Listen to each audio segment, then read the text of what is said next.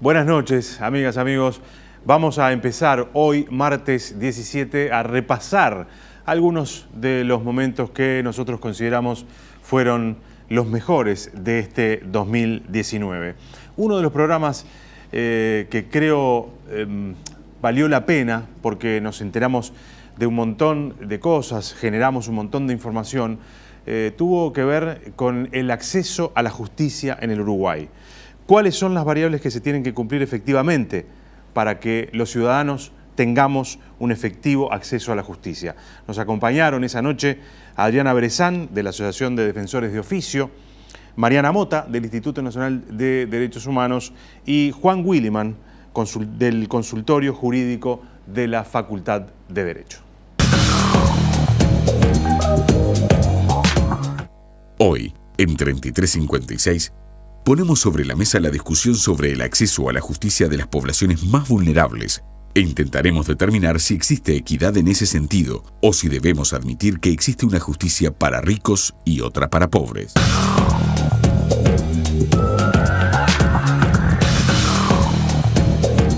Resulta claro, termina diciendo en un trabajo que leímos para este programa de hoy, el doctor Jorge Maraboto, que el acceso a la justicia es un derecho humano y por lo tanto esencial.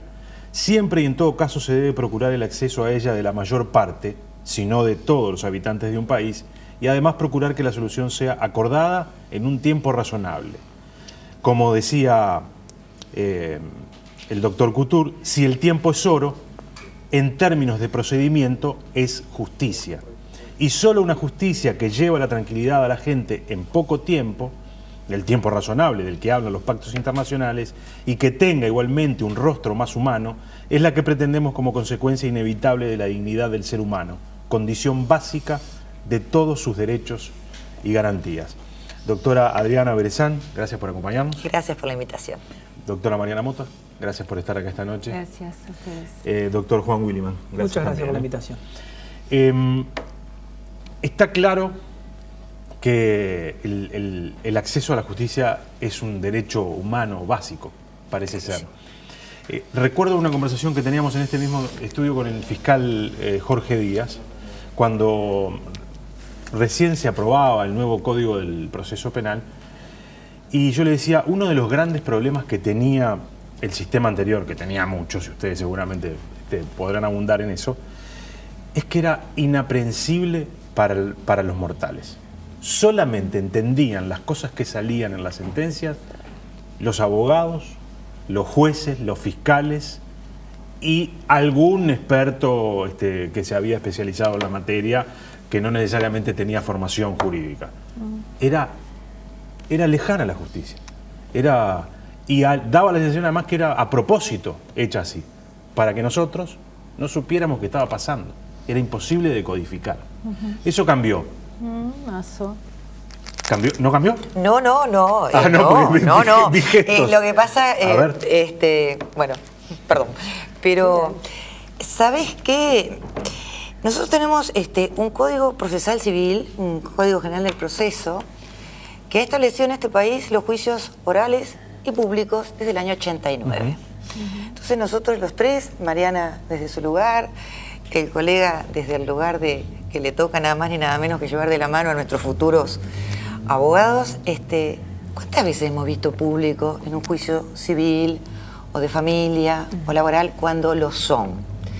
Porque y esa justicia es accesible porque los testigos declaran en audiencia, los abogados alegan en audiencia, el juez dicta sentencia en audiencia.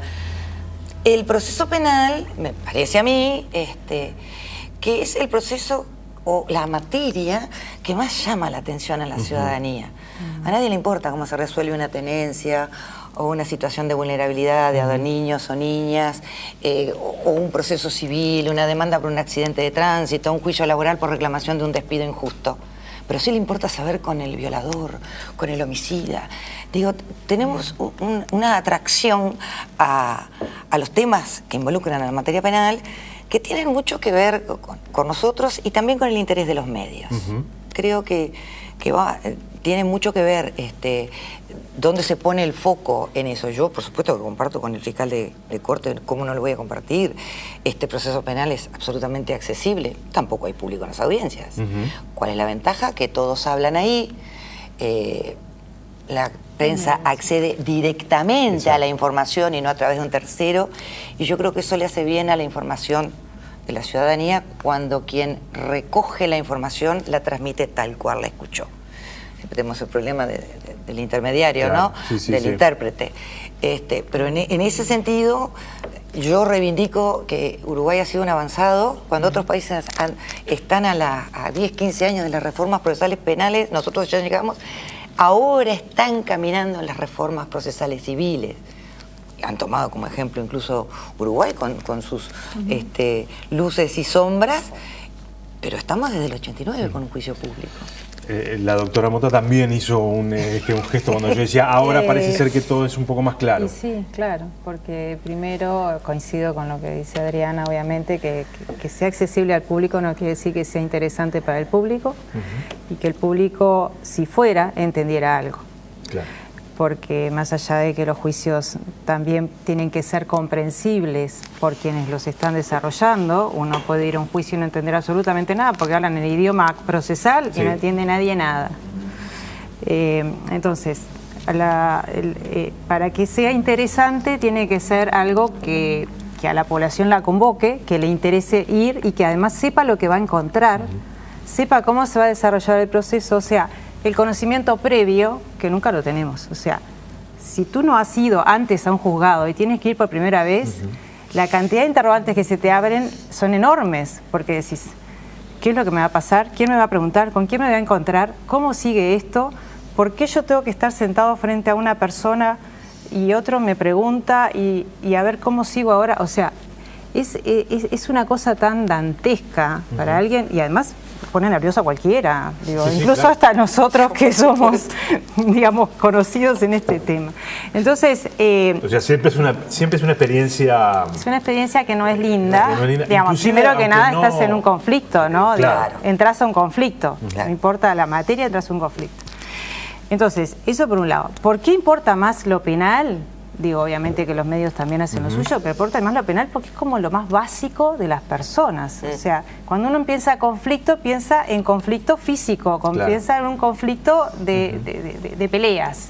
Entonces, de ahí lo penal es lo que tiene como más accesibilidad para el entendimiento de la población en general y porque siempre se ha puesto sobre la mesa. Cuando aparece una cuestión civil, una cuestión laboral, hay como que explicar desde por allá atrás, saber por qué viene, cómo es el derecho. O sea, en resumen, primero que nada, nadie conoce el derecho. Claro. Lamentablemente, no hay un conocimiento, no hay una decodificación de lo técnico que es el derecho hacia el entendimiento normal y corriente de las personas. Después está todo el trabajo que se hace en función a qué queremos que la gente entienda. Y ahí entran otros actores en ese tema.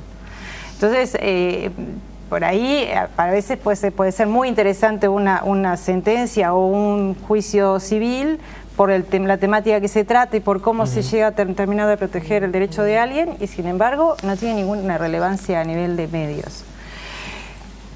Y digamos, en definitiva es un poco eso, digo, cómo hablamos claro, cómo explicamos derecho, cómo le decimos a la gente cómo funciona un juicio, cuáles son las etapas, qué derechos tienen, y por ahí capaz que hasta a la gente le interesa ir a verlo, porque en definitiva la gente no tiene por qué estar excluida de cómo funciona la justicia, al contrario, tendría que estar mucho más compenetrada. Bueno, ahí después voy a ir a ese terreno también, porque da la sensación de que el Poder Judicial parece ser, siendo uno de los poderes, igual que los otros, parece ser a veces como un recinto inexpugnable, donde no puede haber cuestionamientos ni críticas. Al presidente le podemos decir cualquier cosa, no se nos ocurra cuestionar a un integrante de la Suprema Corte de Justicia porque estamos cometiendo casi un acto exacto. Doctor. No, un apunte. Usted está leyendo un trabajo del doctor Maraboto del año 2003, del año 2003 que está publicado en una revista de la UNAM, de una universidad de México. Sí. Y en el 2003 reclamaba tiempos razonables, así que coincido con las colegas, tendríamos que poner cara porque tiempos razonables se están intentando conseguir recién ahora. En materia penal, si no fuera por el nuevo código, no habría tiempos razonables nunca, por eso teníamos gente sometida a proceso pero sin condena eternamente, y eso lo cambió con el abreviado. Peor, en prisión. Sí, con prisión y sin condena. Tampoco es verdad que haya tiempos razonables en materia civil. Laboral mejoró con el nuevo proceso laboral, los tiempos ahí mejoraron. Le exige a la justicia en el 2003 un rostro más humano, más cercana, y eso también es relativo. Por lo menos a mi gusto eso es relativo. No sé si efectivamente logra eventualmente ser más humana, por todo esto que dicen las colegas. Eventualmente no es un lugar cómodo.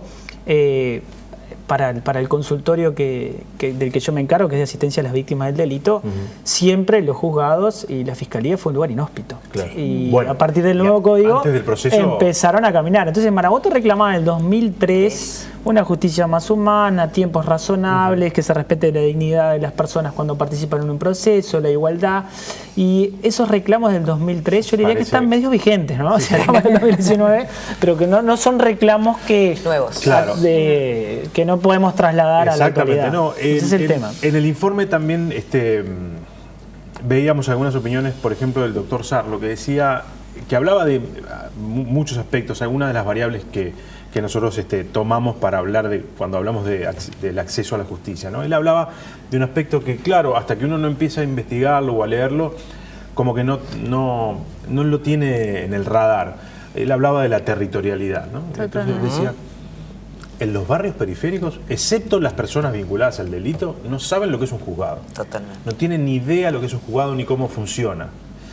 Está todo concentrado en el centro de las ciudades, y allí, por cuestiones, digamos, a veces instrumentales, decía el propio Sarlo, parece que está todo allí, y el resto de la población y el resto del territorio no accede cercanamente a la justicia.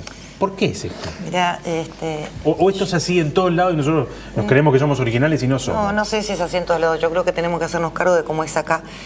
Yo creo que cuando hablamos de acceso a la justicia, una de las cosas que a mí, en principio, y a nosotros como defensores lo vemos, nos preocupa muchísimo, más allá de el llegar, para llegar, lo que primero tenés que saber es que tenés derechos. Bueno, claro. Entonces, cuando tú hablas de esa situación de marginalidad, lo que deberíamos de preocuparnos todos y cuestionarnos todos es cuánto sabe esa gente, cualquiera, no es esa gente porque vive ahí, cuánto sabe la gente, el ciudadano, las personas que viven en este país, qué derechos tienen. Porque tú para acceder, primero tenés que saber. Y aquí voy a empezar a hablar de la defensa pública. Y yo creo que uno de los grandes debes que tiene este país es el sistema de la defensa pública, el servicio de la defensa pública. Recién lo cuchicheé con Mariana, que me conoce de hace muchos años, nos conocemos de hace muchos años, el doctor lleva el premio, que es más joven. Más o menos. Pero yo hace muchos años que soy defensora pública. Y cuando uno va llegando al final de una carrera pretende haber visto algunos caminos recorridos, sembrados y recogidos por otros. Y lamentablemente yo me voy a ir con un gran déficit con el Poder Judicial, porque nuestros jerarcas no ven a la defensa pública como un servicio esencial. La defensa pública es un servicio esencial en el Estado. Que nosotros dependamos administrativamente, porque es lo único que tenemos, una dependencia administrativa con el Poder Judicial, ha hecho que el resto del Estado y las instituciones involucradas con derechos humanos, el Parlamento Nacional, no nos vea como un servicio esencial. Cuando tú tenés un servicio, como en eso sí, Uruguay tiene una particularidad de tener un servicio público nacional de defensa pública, estamos en todo el país, están en todo el país. Entonces yo pregunto, ¿con qué calidad? ¿Quién nos da control de calidad? ¿Cómo nos capacitan? ¿Cuál es la meta? ¿Dónde está la política pública de defensa pública? Tengo defensores en género. Tengo defensores especializados, realmente especializados en asistencia, en acompañar a la víctima no solo en el proceso penal, en la nueva ley de género. Los defensores de familia que trabajan en ese terreno que es familia estrictamente involucrado con género, ¿realmente visualizan el tema? Lo visualizo yo en ejecución penal. Nos falta tanto y la preocupación debería de ser tema de bandera. ¿Cuál es la defensa pública que este país se merece? Que los ciudadanos y las personas en este país se merecen. ¿Por qué tiene que ser competencia exclusiva del Poder Judicial? Porque el Poder Judicial nos ve como una división más y nos resuelve numéricamente. Y ojo, que yo digo algo, la prioridad del Poder Judicial jamás puede ser el acceso a la justicia. La prioridad del Poder Judicial es para lo que está llamado constitucionalmente, para impartir justicia. Ergo, magistrados, oficinas de apoyo, técnicos, juzgados, por decirlo, en un lenguaje español. A ver si entiendo, hay atrás de este planteo una especie de reclamo de que debería estar afuera del Poder Judicial la Defensoría Pública. Claro. Por supuesto, nosotros de larga data. Nosotros lo trabajamos, incluso creo que tú estabas en la presidencia de la institución, lo trabajamos hace 2 años, insistimos y logramos que generamos un proyecto de ley para generar una discusión y logramos que el Poder Ejecutivo dictara una resolución ejecutiva. Se constituyó una comisión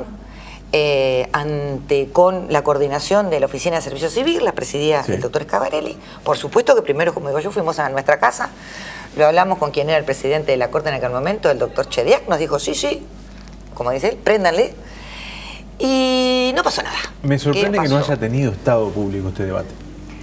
Bueno, porque digo, a ver, forma parte del interés. En Uruguay debatimos el rol de los médicos en la salud pública, debatimos el rol de los policías, el rol de los funcionarios de la defensa, y estamos hablando de una política de aquellos que tienen en sus cometidos la defensa pública. No existe, y no está en el debate. Lo que pasa es que vamos a entendernos. Yo hoy, este programa que dio acceso a la justicia, yo lo aplaudo. Claro. ¿Cuántas veces hablamos de justicia y accesibilidad a justicia? ¿En cuántos lugares hablamos de esto? Terminamos hablando entre los que estamos en el ruedo, que estábamos, yo ya me fueron. Déjame decir que hace unos años, en este mismo canal, Ana María Misraji hizo un programa también vinculado al acceso a la justicia, que además vi en estas horas, digo porque... pero está bueno, pero ¿qué estamos diciendo? Hubo uno, hubo dos, digamos. Claro. Un tema que, como tú bien lo traías, es un poder del Estado. Es un poder del Estado que tiene un servicio muy importante, impartir justicia, como decía Adriana, claramente. ¿Cómo lo imparte? ¿Hacia quiénes imparte justicia? ¿Cuáles son las personas y cómo desarrollan esa función? ¿Lo están haciendo bien? ¿Lo están haciendo a gusto? ¿Lo están haciendo técnicamente adecuadamente? ¿Lo están haciendo en los lugares donde se precisa? Todo eso debería preguntarse y debería resolverse.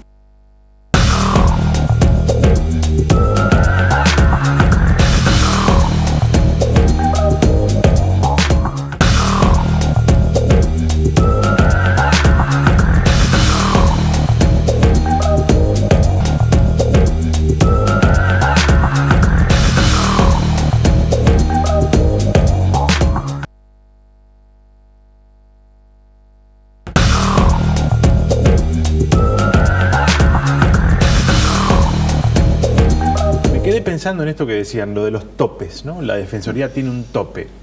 Yo, por ejemplo, si quisiera atenderme en el subsistema público de salud, podría hacerlo. Exacto. Sin necesidad de ningún tope salarial para arriba o para abajo. Tal cual. Lo podría hacer. Podría acceder al subsistema público simplemente porque hay una política pública de salud pública. Sin embargo, aquellas personas que ganan más de determinado dinero no pueden acceder a la Defensoría Pública. No pueden. ¿Cuál es el tope hoy? ¿Se acuerdan? Sí, claro. Pero ¿cómo? Yo tengo una especialista, la doctora Lazo, a la que le dije, por favor, decime los topes, porque yo en penal no manejo topes, tengo que decir la verdad. Claro. Y recién hablábamos con los colegas que el mínimo de ingresos está alrededor de entre los 12 y 13 mil pesos y el máximo entre los...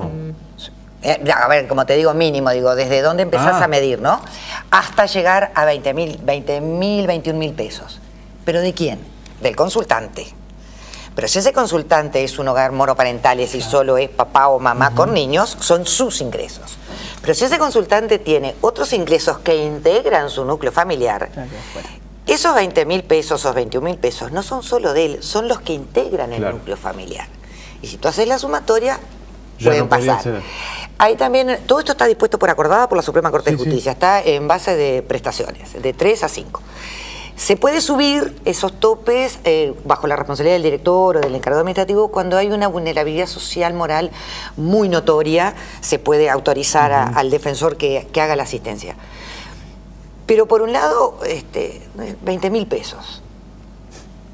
Digo, 20.000 pesos es como decíamos recién con el colega.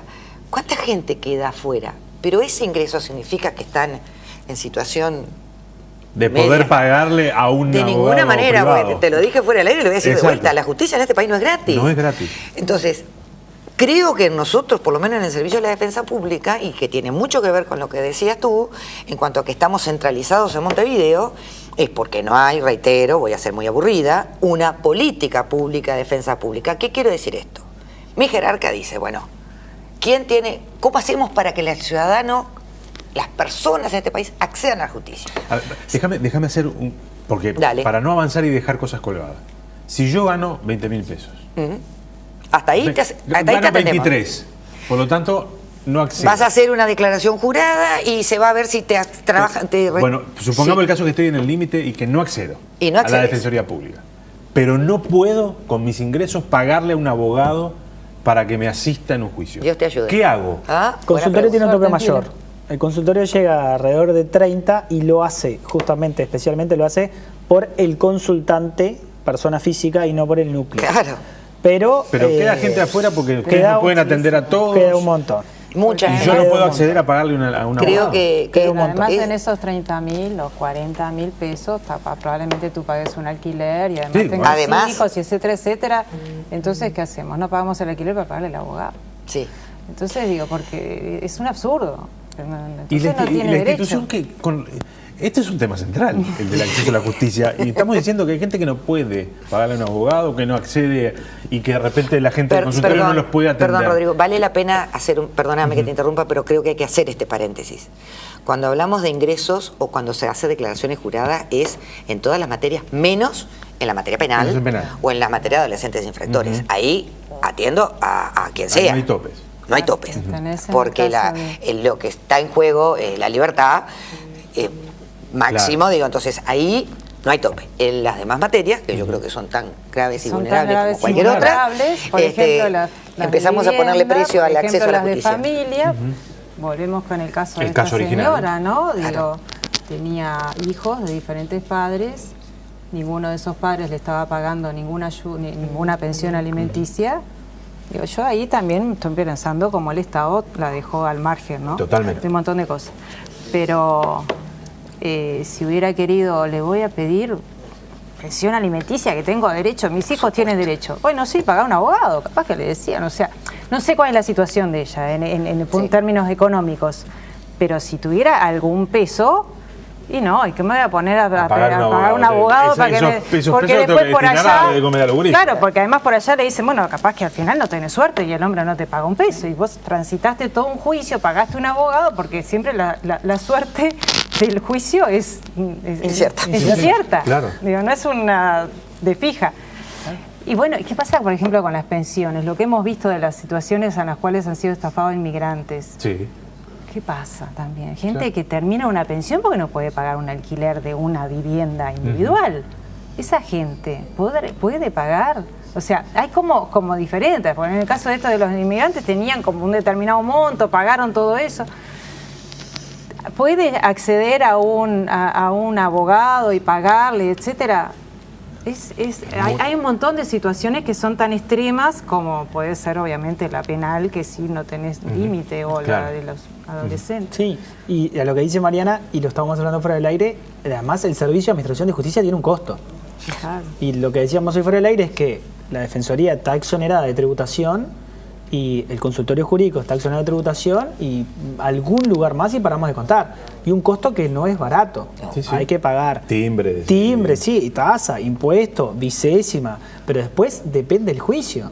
Las pericias tienen su costo. Claro. Designar al defensor de un menor tiene un costo el defensor. O sea que depende, incluso las posibilidades probatorias en un juicio pueden depender de las posibilidades económicas del actor o el demandado. Claro. Si yo no tengo dinero, si yo no tengo dinero para pagar una pericia accidentológica, no accidente de tránsito, o una pericia médica, y no tengo ese, no cuento con ese recurso, y designan un perito. ¿El Estado no tiene ninguna política para proveer ese tipo de pericia? Lo puede exonerar. Si es asistido por el consultorio, por la defensoría, nos exonera el costo. Si no tiene que hacer un trámite, tendría que hacer puede ser un especialmente o tendría que hacer una auxiliatoria de pobreza, que es un incidente que le va a atrasar todo el trámite para poder llegar a hacerlo. Que no es habitual. Se puede hacer igual dentro del poder. Dentro del poder, sí, por ejemplo, eso lo habilita cuando el juez deduce del propio juicio de que la persona no tiene dinero y define que esa pericia va a ser sin costo, pero entonces ahí los peritos van a ser otros peritos. Otros peritos que puedan elegir. Pero hasta incluso... ¿Pero cuántas veces pasa, Mariana? Igual es una prerrogativa del juez. Es una prerrogativa. ¿Y cuántas veces pasa? Cuando es prerrogativa de un cristiano es un problema. Sí, pero además no es una política. Pero además no es lo que pasa todos los días. Lo que pasa todos los días es que se designa el perito, se da un plazo para que se consignen los honores del perito y si no se consigna, se tiene por renunciado a la prueba. Claro. O sea que eventualmente, si el juez no utiliza esa prerrogativa, que yo la he visto usar muy pocas veces, la oportunidad probatoria va a caer dependiendo de los recursos. Los timbres parecen un tema menor, no son un tema menor. Claro. No son un tema menor. Hay que sumarle al honorario del abogado, los timbres y eventualmente aquellas pruebas que pueden tener un costo. ¿Qué pasa con el derecho, el acceso a la justicia de las víctimas a partir de a partir de las modificaciones que hubo? ¿Eso ha mejorado, sostenida, digamos, de manera muy clara? Pero honestamente sí. Honestamente la diferencia del anterior Código de Proceso Penal a hay que admitir que en la letra fría de la ley el cambio es sustancial. O sea, la víctima ya no aparece en ese cono de sombra como el último olvidado, porque eso es histórico para el derecho penal y el derecho procesal penal, concentrados básicamente en el imputado. Era y en las objeto de prueba. Era la prueba, era el objeto. Sí. Y por eso, proveedor de la noticia que claro, desde el punto de vista legislativo, el avance del nuevo código es importante porque le da un papel a la víctima distinto. Efectivamente es un tercero coadyuvante, no es una parte estricto sensu, pero es un tercero coadyuvante que eventualmente puede incluso hasta oponerse en algunas oportunidades a lo que la Fiscalía sostenga, lo cual no es menor comparado con el anterior régimen. La participación está asegurada, la oportunidad de ofrecer prueba, incluso la impugnación de algunas sentencias está asegurada. Nosotros en el consultorio lo hacemos habitualmente. Lo que nos ha cambiado un poco es la idiosincrasia, porque una cosa es cambiar la letra de la ley y otra cosa es cambiarle la cabeza a los actores. Y ahí, podríamos decir que estamos en proceso, ¿no? La letra establece una cosa y la práctica nos lleva a otra. Lo básico, que es el acceso a la información, si estamos hablando del derecho básico, que es saber en qué está su trámite, tiene a veces determinadas trabas o cortapisas que no tienen sentido, ¿no? Por ejemplo simple, los fiscales hoy deberían darle información a las víctimas sin necesidad de asistencia letrada. Cuando hablamos de gastar dinero, o sea, tendría que acercarse a la fiscalía, quiero saber sobre la denuncia que hice y tendría que venir la información. Si en el interior o en obra alguien le dice, mira, que venga tu abogado, ya no se está cumpliendo el derecho. Porque hay un artículo específico que dice, estos son los deberes de los fiscales. Uno, brindar la información. Entonces hay un montón que lo hacen y otros que no. No quiero generalizar. Lo que quiero decir es, una cosa es la letra de la ley y otra cosa es la praxis. En la práctica tenemos que cambiar de paradigma de verdad. Tenemos que empezar a darle el lugar a la víctima que efectivamente tiene y la protección que efectivamente tiene. Y eso requiere, repito, no solo de la letra fría de la ley. Necesitamos esa ley, necesitamos una práctica que la contemple.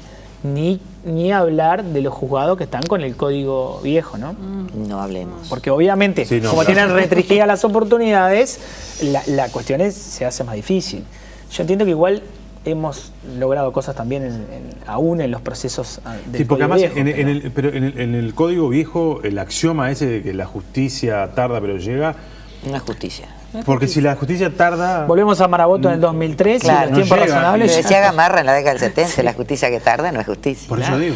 Pero compartiendo muchísimo lo que decías tú, el tema de la víctima en el proceso penal, que fue el gran tema de la reforma, y yo asumo la responsabilidad de haber sido parte de la comisión que trabajó durante 4 años, no es el código de hoy, pero yo digo que hay una sola cosa de los cuales me siento empoderada, que son los 16 primeros artículos, nadie los tocó, y todo lo que viene atrás se resuelve con esos 16 primeros artículos, que son los principios generales.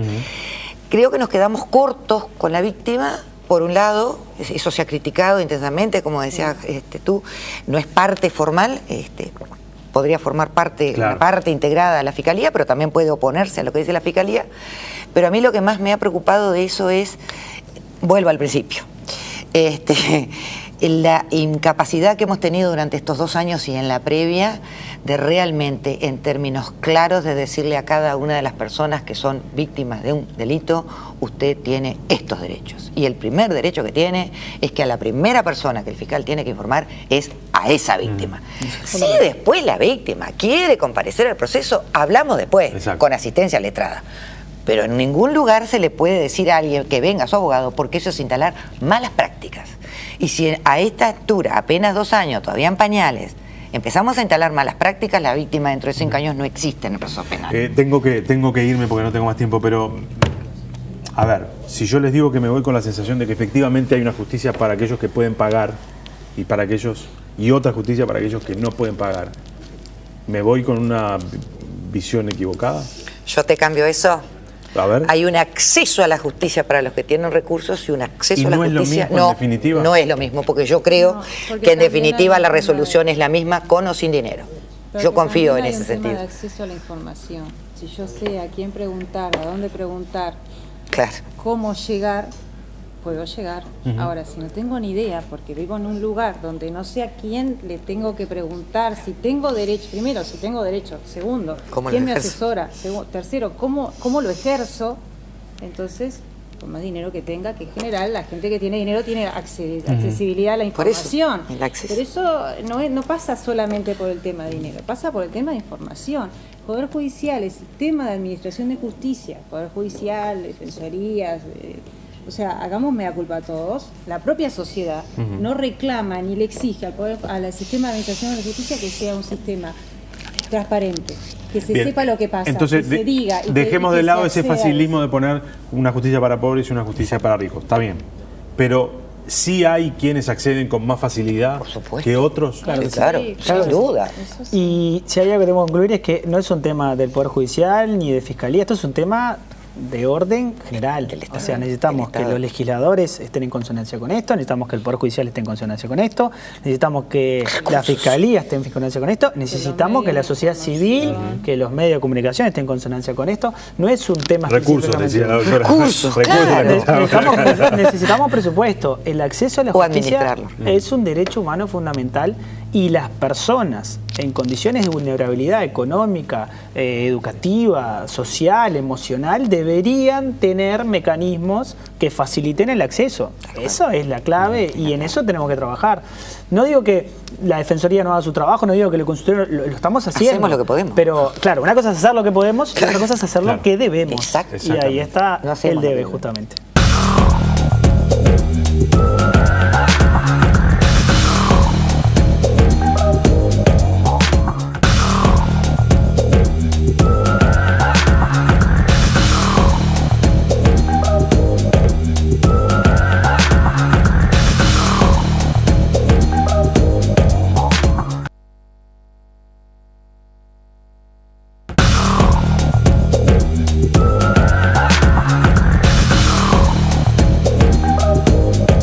Importancia de que un país dedique recursos a la investigación científica. Ese fue otro de los temas que fuimos desarrollando en este 2019. Nos acompañaron Mónica Marín, decana de la Facultad de Ciencias, Héctor Musto, doctor en Ciencias Biológicas, y Rafael Radi, que es el presidente de la Academia Nacional de Ciencias. Hacemos en Uruguay el esfuerzo que tiene que hacer un país para desarrollarse en materia de investigación, de innovación y de desarrollo? Lo vemos.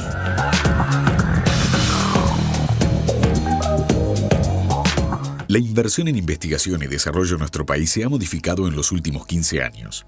Sin embargo, y según lo plantean los investigadores, aún se está muy lejos de lo que podría considerarse un mínimo aceptable. Es ante esta situación que en 2014, la Academia Nacional de Ciencias del Uruguay firmó un acuerdo con todos los candidatos de todos los partidos donde se planteaban arribar a un 1% del PBI en inversión en ciencia y tecnología.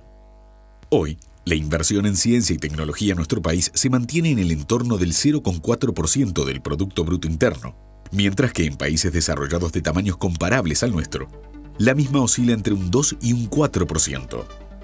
En el caso de Uruguay, las grandes infraestructuras están concentradas en instituciones importantes, como el Instituto Pasteur, el Centro Uruguayo de Imagenología Molecular, CUDIM, la Red Clara o el Instituto de Biociencia. Además, nuestro país cuenta con el Instituto Antártico Uruguayo y todas las investigaciones que se llevan adelante en el entorno de la Universidad de la República. En esta última década, la creación de la Agencia Nacional de Investigación e Innovación, ANI, del Sistema Nacional de Investigadores y el aumento de becas para doctorados han sido importantes para incentivar el trabajo en investigación. No obstante, esto ha determinado que las infraestructuras e instalaciones comenzaran a sentirse cada vez más pequeñas, ya que no se ha crecido de la misma manera en materia de infraestructura física. Es así que ante una nueva campaña electoral, la Academia vuelve a intentar poner sobre la mesa política la discusión sobre la inversión en I+D, con un documento denominado Lineamientos para una política de ciencia, tecnología e innovación, que fue entregado nuevamente a todos los candidatos. Hoy, en 3356, hablamos sobre I+D en Uruguay, políticas, necesidades y realidades. Como decía, es un gusto recibir esta noche a estos tres destacados científicos que nos van a acompañar. Mónica Marín es la primer decana de la Facultad de Ciencias en toda la historia de esa institución. Yo me acabo de enterar, debo reconocerle. Gracias por acompañarnos. Muchas gracias a usted. El doctor Rafael Radi, presidente de la Academia Nacional de Ciencias del Uruguay. Gracias por estar acá también con nosotros. Gracias. Y el doctor en Ciencias Biológicas, Héctor Musto. Muchas gracias por la invitación. Digamos, como para tirar el gato arriba de la mesa, ¿no? ¿Por qué un país pequeño como el Uruguay, que está muy inserto en el mundo, tiene que tener una capacidad de construir conocimiento científico e innovación propia y no ser simplemente, recoger simplemente la investigación que está allí, que está disponible, países que tienen recursos? Digo, esto haciendo un poco de abogado del diablo, ¿no? Que ya tienen muchos años y mucha acumulación de conocimiento, y bueno, ser el Uruguay, digamos, un poco receptor de ese conocimiento. ¿Por qué es importante invertir en investigación y en desarrollo y en innovación? Bueno, casi como que yo podría preguntar al revés, ¿por qué no? Uno también podría decir, ¿por qué, dado que existen potencias futbolísticas como Brasil, Alemania, etcétera, la Argentina, ¿por qué Uruguay va a tener que estar jugando al fútbol? O sea, yo creo que, primero, es parte de la cultura, es una cosa que nosotros no la podemos separar, de la misma manera que hay que trabajar y apoyar a cualquier manifestación de lo que tradicionalmente se entiende como el arte, etcétera. La ciencia también es parte de la cultura y de la identidad nacional, ¿verdad? Eso en primer lugar. Podríamos hablar mucho de esto, pero creo que eso va en primer lugar. Y en segundo lugar, por lo que representa para, digamos, como impacto para lo que es, no solo lo que te decía recién a nivel de la cultura, sino para todo el impacto que tiene directamente en lo que es la investigación, digamos, aplicada al desarrollo, a nuevos emprendimientos. Por ejemplo, el software en este país es un ejemplo clásico en ese sentido, las biotecnologías que se están intentando aplicar, y además que nosotros tenemos, más allá de que somos un país que está somos muy similar geográficamente a la Argentina y al sur de Brasil, tenemos también nuestras particularidades, y es necesario estar trabajando sobre esas particularidades, ponerle pienso, ponerle conocimiento, como para... digamos, o sea, tenemos nuestros propios problemas que necesitamos resolver. Por más que seamos muy similares a Argentina y Brasil, sí, nosotros tenemos, al sur de Brasil, sí, tenemos problemas propios, y bueno, y es necesario un número mucho mayor de científicos y de proyectos, digamos, como para atender esas necesidades que, en mi opinión, son imprescindibles como para que el país sea un país efectivamente de primera. Mónica. Bueno, ¿En el mismo sentido? Sí, primero quería recalcar la importancia de la investigación, no solo la científica, ¿no? Sino en todas las áreas del conocimiento. porque es igualmente importante en historia, o en las áreas sociales, por supuesto, o en las artes. Así que es una actividad propia del ser humano, ¿no? Esa curiosidad esencial que es para comprender el mundo en que vivimos, para encontrar soluciones a los problemas que tenemos por delante, y eso en todas las áreas. Entonces, realmente es una actividad esencial, importante desde el punto de vista cultural, como dice Héctor, y bueno, y la científica es una de ellas que realmente es la que más nos compete esta noche. Pero bueno, justamente entender los problemas que tenemos, buscar soluciones, entender el mundo que nos rodea, entender las enfermedades, entender qué soluciones puede haber, requiere investigarlo. Entonces, trasladarlo de forma automática, bueno, incluso si quisiéramos trasladar soluciones, hay que investigar. Hay que investigar sobre cómo trasladarlas a nuestra realidad. Si son aplicables, ¿verdad? Claro. Pero es esencial, digamos. Ya nos vamos a parar en el hoy y vamos a mirar para, digamos, con una perspectiva hacia adelante, pero ¿cómo el Uruguay ha tratado a las ciencias en su historia más reciente? Digamos, no hablemos de toda la historia institucional del país, seguramente ha sido también muy heterogéneo, pero en los últimos 50 años, para poner algún límite, ¿cómo el Uruguay ha entendido este problema? ¿O lo ha mirado siempre de atrás, por decirlo de alguna manera? Siempre intentando meterse adentro, pero sin las decisiones políticas que hay que tomar para transformarse en un país que investiga, que construye conocimiento. Yo creo que el corte lo deberíamos hacer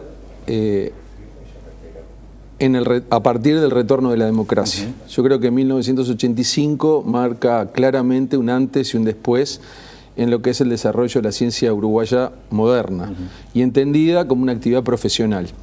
A la pregunta que usted hacía al comienzo, ese fue motivo de debate al comienzo de ese proceso. Claro. Uruguay tiene que ser solamente un adaptador de tecnología que viene de otros lados o tiene que generar su propio sistema científico. Y esa discusión llevó algunos años, hasta que finalmente se laudó sobre la segunda parte de la década de los 80, yo creo que el momento es el año 87, cuando se crea el Programa de Desarrollo de Ciencias Básicas, el PDCIBA, que es un acuerdo tripartito entre el Programa de las Naciones Unidas para el Desarrollo, Gobierno Nacional y el Ministerio de Educación y Cultura con la Universidad de la República. Ahí se funda lo que es los programas de formación de maestrías y doctorados y la generación de lo que serán los científicos profesionales, lo que su vida es la creación de conocimiento. Las primeras 5 áreas fueron matemática, física, química, informática y biología. Entonces, ese proceso que cuando comienza, hace 2 años festejamos los 30 años de ese hito, lo festejamos en el Palacio Legislativo, de hecho. Cuando comienza ese proceso, los científicos que muy sabiamente crearon este programa, y digo muy sabiamente porque lo crearon con un nivel de calidad y de sanidad enorme que se traslada hasta nuestros días, y por eso la comunidad científica nacional es, pese a todavía ser pequeña, es vigorosa y tiene un estándar internacional reconocido de calidad. Los científicos que fundaron este proceso eran alrededor de 25 a 30. Hoy el Uruguay tiene alrededor... ¿Y era esa la masa crítica? O sea, ¿era lo que había? Eso era lo que había. Eso era lo que había, digamos, de nivel de impacto internacional. No había más que eso. Algunos que estaban volviendo del exilio y algunos que se habían sostenido como pudieron en los años de la dictadura. Hoy el Uruguay tiene, a través del Sistema Nacional de Investigadores, una comunidad científica de alrededor de 2.000 investigadores categorizados. O sea que multiplicamos por un factor de 80, por ejemplo, aquella realidad a lo largo de 3 décadas. Este proceso, sobre el cual Héctor Musto, Mónica Marín y yo hemos sido... hemos podido observarlo desde nuestras épocas de estudiantes hasta nuestros días, ha sido un proceso de crecimiento en donde además se han ido agregando otras instituciones. Una de ellas muy importante, hace un poco más de 10 años, lo festejamos el año pasado, es la creación de la Agencia Nacional de Investigación e Innovación, que es una herramienta importante, la ANI, muy importante y muy poderosa y muy potente para el desarrollo de la ciencia nacional y la financiación de proyectos. La propia Academia Nacional de Ciencias, su ley de creación tiene 10 años. Hay que pensar que la Academia Francesa celebró hace 2 años sus 350 años y la Academia Brasilera festejó sus 100 años y este año se celebran los 150 años de la Academia Argentina, mientras que la de Uruguay tiene 10 años. Entonces empezamos con un rezago importante. Ahora, no tengo más remedio que hacerles esta pregunta. ¿Por qué esa diferencia? A ver, en términos institucionales, la Argentina se construye como una nación en un momento histórico muy parecido al nuestro. ¿Por qué esa distancia? Hubo gente que fue visionaria. La Argentina la funda Sarmiento. La de Estados Unidos la funda Benjamin Franklin. La Royal Society de Inglaterra la funda Newton. Claro. Es decir, hay personas que formando parte de una realidad y un tiempo tuvieron esa visión y pudieron convencer. Uruguay, por distintos motivos, un tema de escala, una tradición muy fuerte de las humanidades y las letras, costó mucho más allá de que el Instituto de Investigaciones Clemente Estable y la obra del profesor Clemente Estable, y luego de Roberto Caldeiro Barcia, que es el fundador y primer director de PDCIVA, había sido muy importante, pero todavía eran asuntos desestructurados. La estructuración comienza a partir de la mitad de la década del 80, y se han ido sumando instituciones. Una de ellas es la propia Facultad de Ciencias, que en este momento lidera la profesora Marín, que en la década de los 80 era la Facultad de Humanidades y Ciencias, como ustedes recordarán, en la calle Tristán Narvaja. Claro. Esto me da pie para, porque además yo tengo un documento que la Academia Nacional... yo, a eso que estaba diciendo Rafael, yo le agregaría dentro de la propia universidad la creación de la CSIC. ¿Verdad? Es que ahí la comisión sectorial, la universidad tiene varias comisiones sectoriales, se crea también más o menos por esa época, es más o menos un poquito antes del PDCIVA, creo, pero por ahí con Brovetto. La comisión, bajo el rectorado de Brovetto, se crea la Comisión Sectorial de Investigación Científica, que empieza a hacer dos cosas al inicio, dos grandes tareas. Por una parte, que varios docentes puedan pasar a trabajar en el régimen de dedicación total, que eso fue una lucha feroz, porque hasta ese momento los docentes tenían 20 horas semanales, 24, a reventar 30, excepcionalmente 40, pero ya el régimen de dedicación total representa que uno trabaja solamente en la universidad y ya, digo, con la cabeza todo el tiempo puesta en eso, y bueno, eso por un lado, y por otra parte se empiezan a hacer llamados a proyectos de investigación, entonces con los que aparte eran evaluados, bueno, como siguen siendo hasta el día de hoy, ¿no? En forma muchas veces externa al país, etcétera. Por suerte cada vez hay más evaluadores porque bueno, la masa viene subiendo. Entonces se empieza a, digo, lo que decía Rafael, se empieza a profesionalizar la ciencia en el país, digamos sobre los 90, fines de los 80, los 90, ya uno puede decir como profesión, elijo ser científico. Antes lo contaba con los dedos de una mano, había... experiencias aisladas, digamos. Sí, vos tenías algún grupo en el Clemente Estable, tenías algún grupo en la Facultad de Medicina, los matemáticos en Ingeniería, liderados por Macera, por ejemplo. Y bueno, había algo de genética en agronomía, y yo no sé si había demasiado más que eso. Y el impacto, que no lo voy a reiterar, de lo que significó que muchos colegas, muchos maestros nuestros, en lugar de quedarse en el exterior, que se habían ido, resolvieron, claro, ganando mejores salarios, trabajando en universidades del primer mundo, con todo lo que eso significa, resolvieron volver al país, ponerse la ciencia al hombro y empezar a sacar una cantidad de áreas que inclusive no existían en el país, y la trajeron porque habían estado. ¿No? Era un paréntesis a lo que... No, pero es interesante porque también muestra algunas otras, otros impulsos, digamos, que había en otras áreas del Estado, además que eso también es un asunto que vamos a hablar. En este documento que ustedes, la Academia Nacional de Ciencias puso a disposición lineamientos para una política de ciencias, tecnología e innovación, en el segundo capítulo se plantea un asunto que es interesante, que tiene que ver con esto que ustedes venían diciendo. Hay experiencias, está la Facultad de Ciencias, está la ANI, está el Sistema Nacional de Investigación, de Investigadores, lo que se hace en biología, no sé, lo que hace Línea. Hay una serie de agencias del Estado, y me reitero lo de las agencias del Estado porque el sector privado investiga poco, por lo tanto son agencias del Estado, que están allí cada una haciendo su esfuerzo, en fin, con algún tipo de coordinación, pero creo que hace falta un diseño institucional que logre tener un sistema que los articule, ¿no? Y en este sentido, el punto 2 de esta propuesta va por ahí, ¿no? ¿Qué hay que hacer para que no sean islas cada una de las experiencias de investigación? Hasta hace unos años el sistema se coordinaba por algo que se llamó el Gabinete Interministerial, que lo presidía en su momento quien fuera el ministro de Educación y Cultura.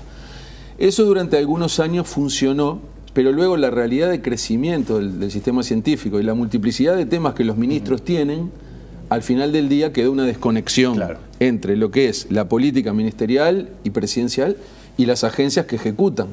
Esa desconexión existió y se está intentando remediar a partir de la creación de secretarías. La de Ciencia y Tecnología. Dos, particularmente la de Ciencia y Tecnología, liderada por el químico Eduardo Manta, ex decano de la Facultad de Química, y la Secretaría de Transformación Productiva y Competitividad, que funciona más en la órbita de OPP, liderada por el economista Álvaro Ons.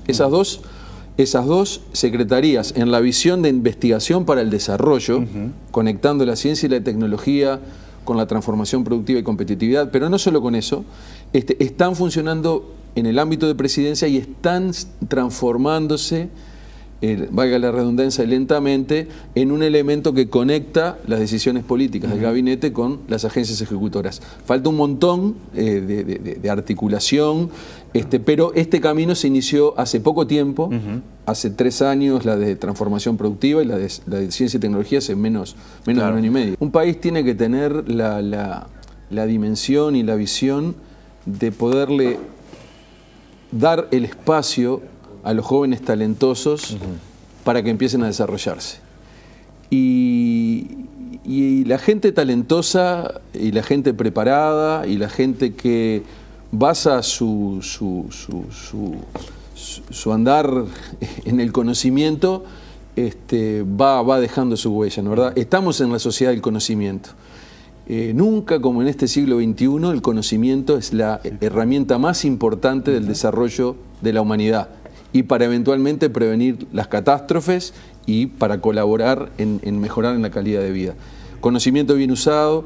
Entonces, Uruguay es un país que no tiene, digamos, que no tiene una emergencia extrema en su funcionamiento que no le permita tener programas que apoyen a la creación de talentos, que los retengan, que los puedan hacer retornar. Hoy Uruguay no tiene ningún programa de retorno de científicos importante. Hay algunas cosas marginales. ¿No somos capaces de traer científicos que se hayan ido, que se hayan formado de científicos que se formaron acá, que se fueron a los 27 y 28 años después de 3 ciclos de educación, por ejemplo, pública, y cuando estaban en el mejor momento fueron a hacer un postdoctorado en el exterior porque acá no consiguieron inserción y que ahora no hay formas, no tenemos hoy como país toda forma de retornar. Entonces, creo que el sistema científico es una ventana de oportunidad para una cantidad de gente joven, muy talentosa, que en un mundo que es el mundo del conocimiento puede desarrollar cosas increíbles. El otro día me enteré, por ejemplo, que hay gente en Uruguay que hace diseños de letras, le llaman fundidoras digitales, y las venden al planeta Tierra. Claro. Yo quedé choqueado. Son muchachos uruguayos que hicieron la carrera de diseño gráfico, que seguramente con una computadora, con mucha inteligencia y con creatividad, logran una tarea que es muy importante. Ese tipo de asuntos, en un mundo cambiante, desafiante, y donde no es bueno depender crónicamente de los precios que nos impone el resto del planeta, lo que nosotros vendemos, es importante generar una economía donde cada vez haya más conocimiento nacional agregado. Claro, y para esto el punto 5 de la propuesta es central, ¿no? La formación de científicos. Dice el documento: la creación de una base científica sólida requiere de políticas que fortalezcan la educación en ciencia en todos los niveles educativos.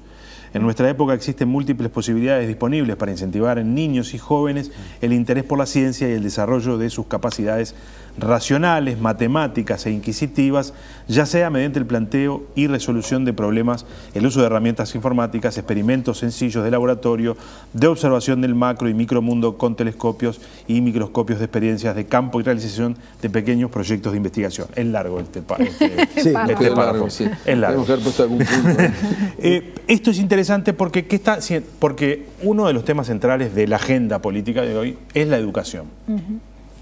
Y parece ser, yo no me afilio tanto a la tesis de que todo es un caos, parece ser que tenemos problemas, que tenemos desafíos. Y si tenemos desafíos para cuestiones muy elementales, yo me imagino los desafíos que entonces tendremos para esto, para formar una masa crítica de hombres y mujeres que quieran dedicarse efectivamente a la ciencia. Yo creo, tengo también una aclaración. Me parece que toda esa estimulación a los niños desde temprana edad con temas científicos va más allá de que después se dediquen, ¿no? Sino que tiene un impacto en la cultura científica de un país, en la manera de abordar problemas, de hacerse preguntas, todos tipos de problemas, claro, ¿no? Entonces, me parece que es ya esencial para la cultura y la educación de todo el país, aunque se dediquen a cualquier otra cosa, ¿no? Después, claro. Así que, bueno, eso va más allá de la dedicación a la ciencia. Y, por supuesto, despertar vocaciones de jóvenes científicos que se van a dedicar a la ciencia también, por supuesto, es fundamental. ¿Y cómo hacemos? Bueno, yo creo, o sea, bueno, cómo solucionar la educación no es parte de mi especialidad, pero lo que planteaba, yo quiero insistir un poquito en lo que estaba planteando Mónica recién, porque está muy bien que si lo formamos, etcétera, y hay todo un conjunto de jóvenes muy talentosos. Nosotros en la Facultad de Ciencias lo vemos permanentemente en las distintas áreas que se enseñan allí. Ahora, estamos en una situación en la cual nosotros, país con las dificultades que tiene, si bien no estamos como hace en los 60, pero no somos el país más rico del mundo, estamos formando gente para que esté afuera. En el lugar en el cual trabajo yo, somos más o menos 8 o 10 personas con cargo. La mitad trabaja más en áreas de neurobiología y la otra mitad en genómica. Bueno, sacando las cuentas, a raíz de la venida para acá, ¿cuánta gente se nos fue al exterior y no ha podido volver en los últimos años? Teniendo en cuenta los últimos 5 años, se nos fueron 9 entre ese grupo de neurobiología y el grupo nuestro, que consiguieron, ya sea después de la licenciatura para ir a hacer el doctorado, o que hicieron el postdoctorado, hicieron el doctorado acá y se fueron para afuera y no pueden volver acá. Y tienen ganas de volver. Miren, todos los años nos dan una charlita, vienen a visitarnos a fin de año, porque vienen a ver a su familia y no hay forma de retenerlos otra vez. Y eso es una inversión cara que el país está haciendo, porque generar un profesional claro, de la ciencia, un médico, un ingeniero, un tecnólogo de altísimo, cuesta dinero, y estamos formándolos nosotros para que estén trabajando en Estados Unidos, en Alemania, bueno, hasta en China tenemos matemáticas. Entonces digo, quiero decir, es justo eso, digo, no debería pensar el sistema político de que es necesario, porque por algo lo hacen en otros lados también, generar la mayor cantidad de cuadros posible, que los absorba no solamente la academia en el sentido de la universidad, el Instituto Clemente Estable, el Pasteur, etcétera, sino que sean absorbidos por entes del Estado, por empresas privadas, etcétera, y que se queden acá. Digo, que sean absorbidos acá. Porque realmente estamos en una exportación, estamos empezando otra vez, porque hubo una época de auge, digamos, a partir del 2006, 2007, en el cual se generaron muchos cargos en varias instituciones, por ejemplo, en el Clemente Estable, en la universidad. Pero hoy en día ya estamos otra vez que nos quedamos trancados. Ahora, se sigue egresando gente y pasan matemática, física, y algunos tienen suerte y consiguen entrar y están muy digamos, ocupando cargos muchas veces muy por debajo de lo que merecerían, muy por debajo, pero igual se quedan acá porque les gusta la celeste, pero hay otros que se nos van y pasan matemática, en física, en química, en biología, etcétera, se van.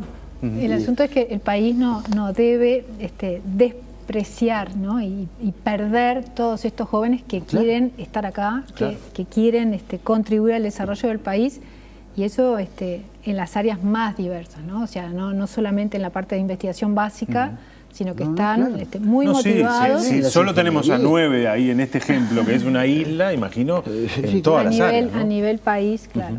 Yo quería comentar sobre la pregunta de Gabriel, que me parece que una medida muy importante es una formación de los docentes mucho más potente en ciencia, y han habido iniciativas, Universidad ANEP, vienen a nuestros laboratorios, el PDCIVA alienta, vienen algunos profesores, hacen pasantías, pero la verdad que eso no abarca a la gran mayoría, es algo anecdótico casi. Claro. Llevar la formación de los futuros profesores a nivel universitario es central. Claro. Y yo no hablo de la Universidad de la Educación, yo en lo personal nunca entendí mucho esto de la Universidad de la Educación. Para mí la universidad es la universidad de todo y la gente se inserta en las disciplinas y a partir de ahí hace su experiencia en la disciplina que quiera hacer su carrera docente. Pero ese es un tema de diseño sobre el que no voy a discutir demasiado, pero simplemente para dar mi opinión que yo consigo una universidad como las más diversas áreas del conocimiento. Y la educación es una de ellas. Por supuesto. Y donde hay que ir a aprender a hacer física, esa es la Facultad de Ciencias. Los profesores de física de secundaria deberían obligatoriamente, según mi criterio, como parte no obligatoriamente en el mal sentido, sino como parte de su currículum y créditos, pasar por los departamentos de física de la Facultad de Ciencias. Quizás 6 meses, quizás 1 año. Y así podríamos ir con todas las disciplinas.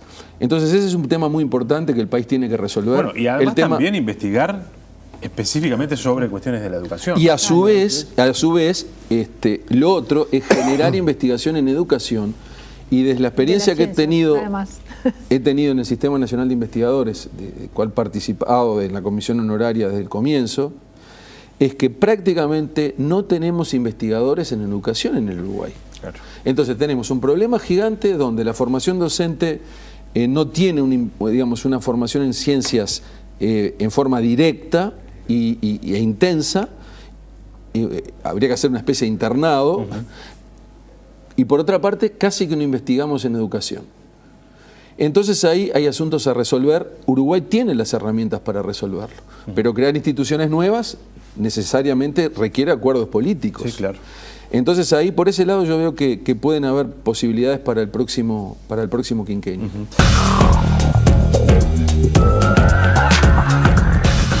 Hasta acá, señores, un resumen de esas 2 mesas que tuvimos en el 2019 sobre el acceso a la justicia en Uruguay y la investigación científica en nuestro país. Que tengan una buena jornada, nos reencontramos en la próxima edición de 3356.